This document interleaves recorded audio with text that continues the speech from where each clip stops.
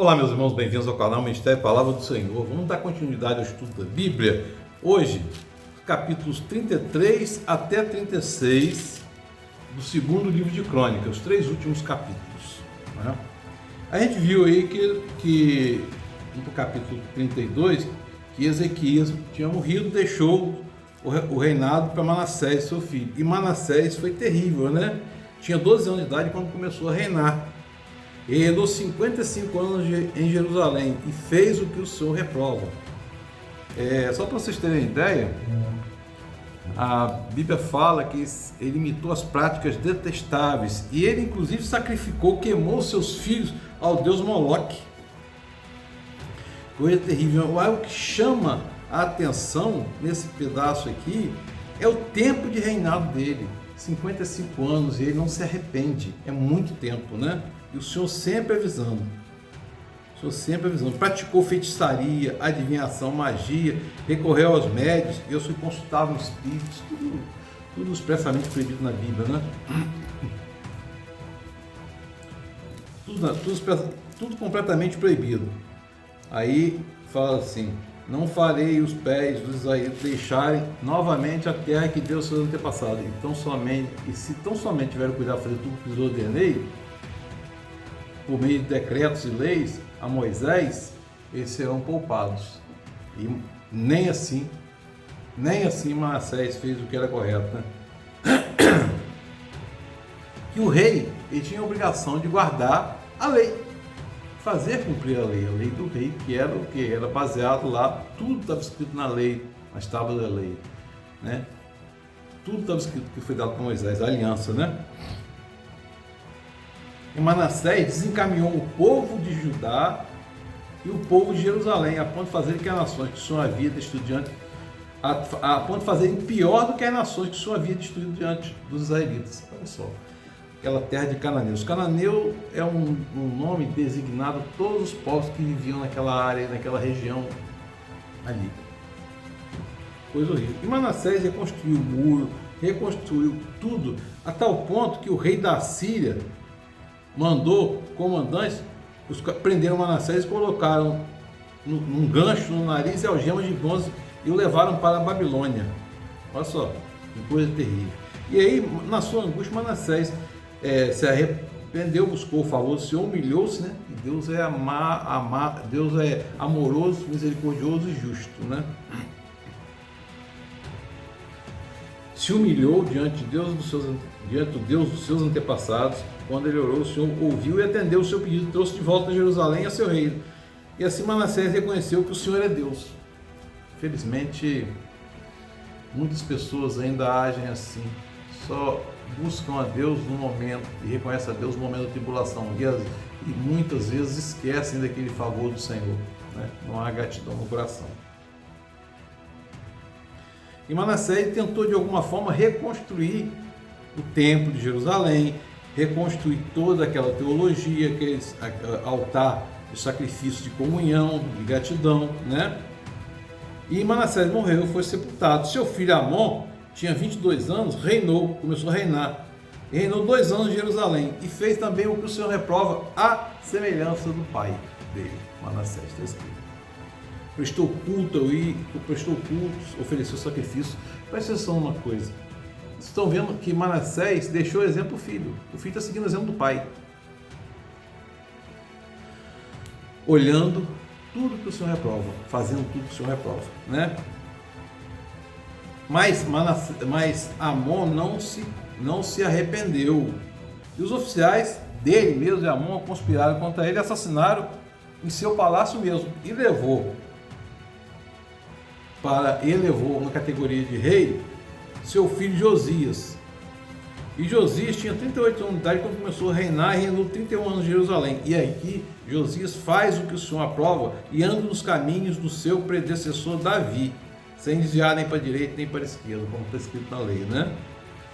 No 8º ano do seu reinado, sendo ainda bem jovem, ele começou a buscar o Deus de Davi, seu predecessor. No 12º ano começou a purificar Judá e Jerusalém, os altares e dos postes sagrados. Aí mandou retirar tudo, purificar é retirar, queimar tudo, né? A ideia de purificação tem muito a ver com fogo, né? queimou os altares de incenso, né, que eram locais que o povo queimava incenso aos ídolos pagãos. Ídolo não é nada, não existe. O problema da idolatria, do culto ao ídolo, é você tirar Deus do centro e colocar outra coisa, e ainda mais uma coisa morta, uma coisa que não existe, né? É como você se proclamar Deus, né? Reduziu a pó os postes sagrados e mais esculpidos, né? E aí foram entregar ao sumo sacerdote Ilquias, né, a prata que havia sido trazida do templo de Deus e que os porteiros levitas haviam recolhido das ofertas do povo de Manassés e de Efraim, de todo o remanescente de Israel. E nesse caminho aí, nesse contexto, o livro de lei é encontrado. Enquanto recolheu a prata que tinham trazido para o templo do Senhor, o sacerdote que encontrou o livro da lei do Senhor que havia sido dada por meio de Moisés. Esquire e o que disse ao secretário Safã: encontrei o livro da lei no templo do Senhor. E entregou a Safã. Safã levou o livro ao rei e lhe informou. E aí, meu irmão, minha irmã, Safã leu trechos do livro para o rei, para Josias.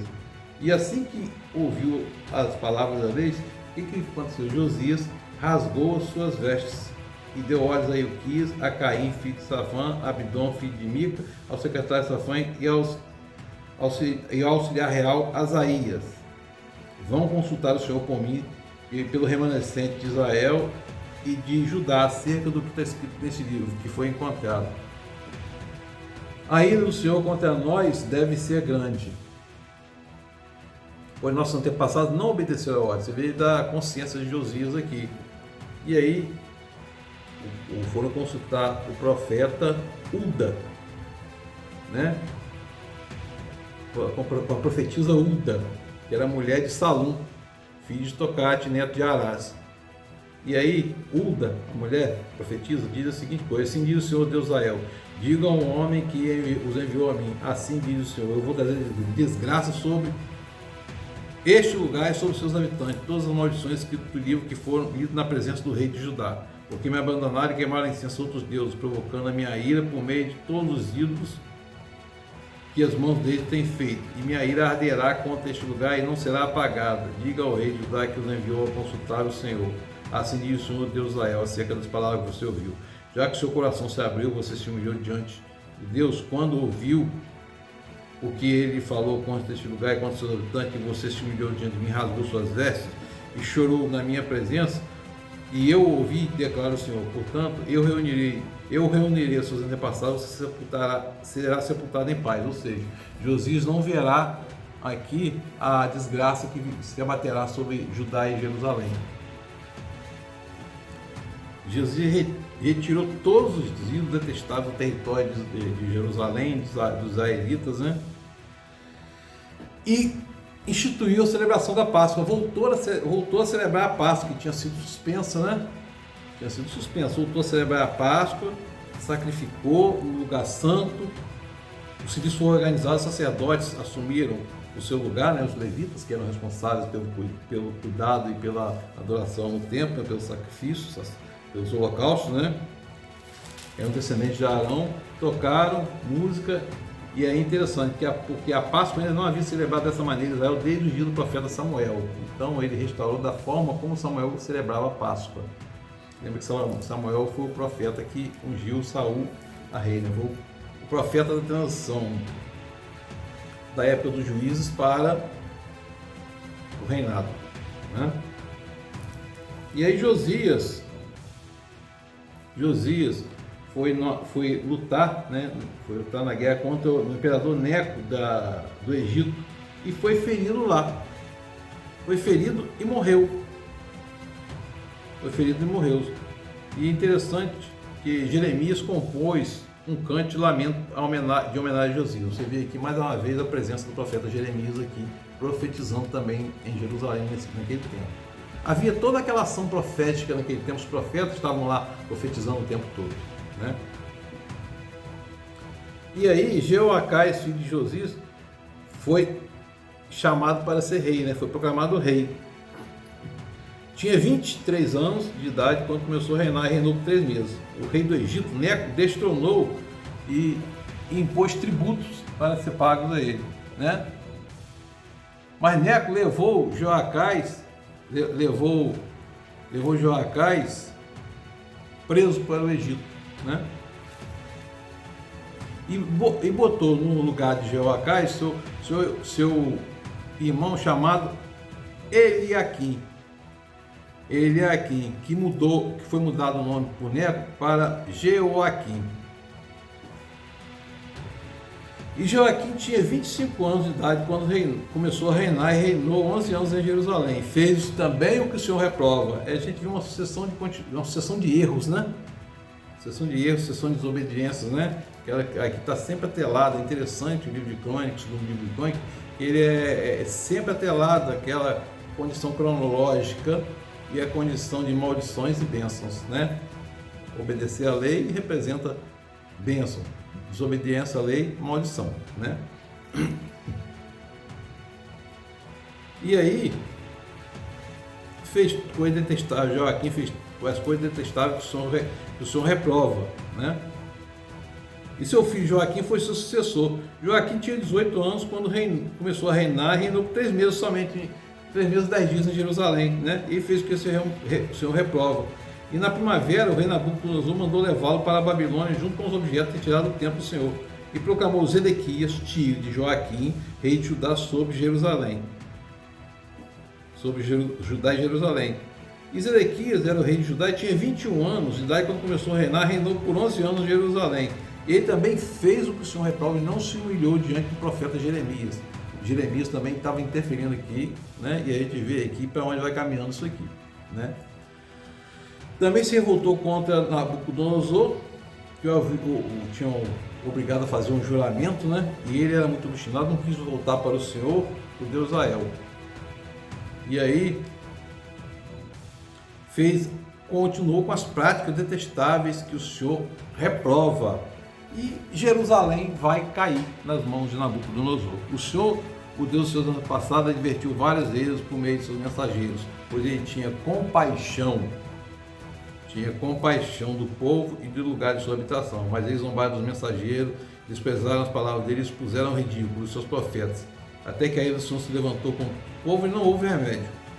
E aí o Senhor enviou o rei dos babilônios, que matou os jovens da espada do santuário, não poupou nem as moças e nem os jovens. E Jerusalém e Judá caiu no exílio babilônico, que durou 70 anos, né? E interessante a observação que a terra desfrutou dos seus descansos sabáticos durante toda a desolação, até que os 70 anos se cumpriram. Descanso sabático é aquele descanso que a terra, né, tem, né? E aí, depois de 70 anos cumprido, segundo a palavra anunciada por Jeremias, no primeiro ano do reinado de Ciro, rei da Pérsia, né, porque aqui Nabucodonosor tinha caído, rei da Pérsia, para se cumprir a palavra do Senhor, tinha anunciado a Jeremias, tocou no coração do Ciro, rei da Pérsia, para que fizesse uma proclamação em todo o território do seu domínio e pusesse por escrito esses termos.